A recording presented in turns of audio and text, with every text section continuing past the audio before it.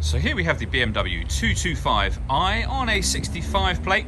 But it starts off by showing you inside the boot, and then we'll hop in and run through some controls on the inside from there. So the tailgate on this car will open electronically. You can do that from the key or from the tailgate itself. As we approach the back of the car, you can see we have reversing sensors. Plenty of boot space as well, along with the 3 individually folding rear seats should you wish to increase this space even further.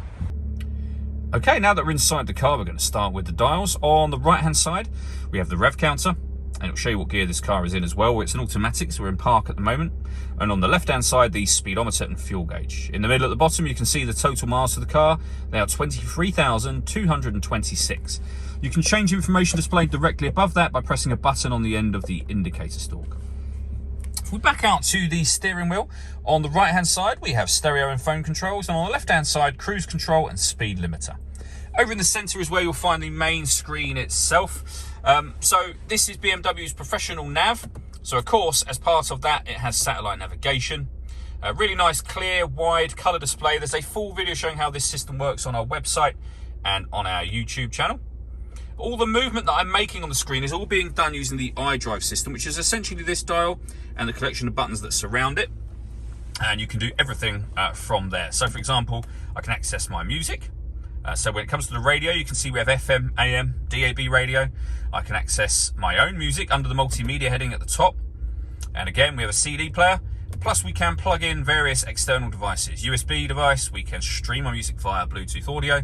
We have an auxiliary input as well, so loads of ways to listen to your music. Working our way down from that, we have the main volume for the stereo, CD player just there.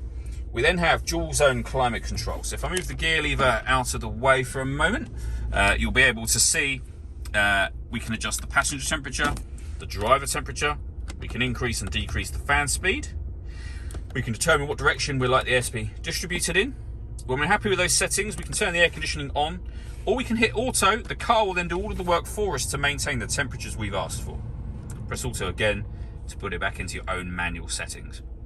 We have a heated driver's seat with 3 different heat settings. Same over on the passenger side as well. Beneath that, we can turn the parking sensors on and off. We can turn the traction control on and off.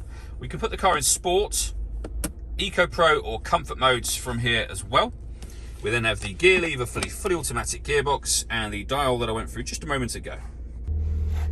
The last thing I wanted to mention is the panoramic glass roof.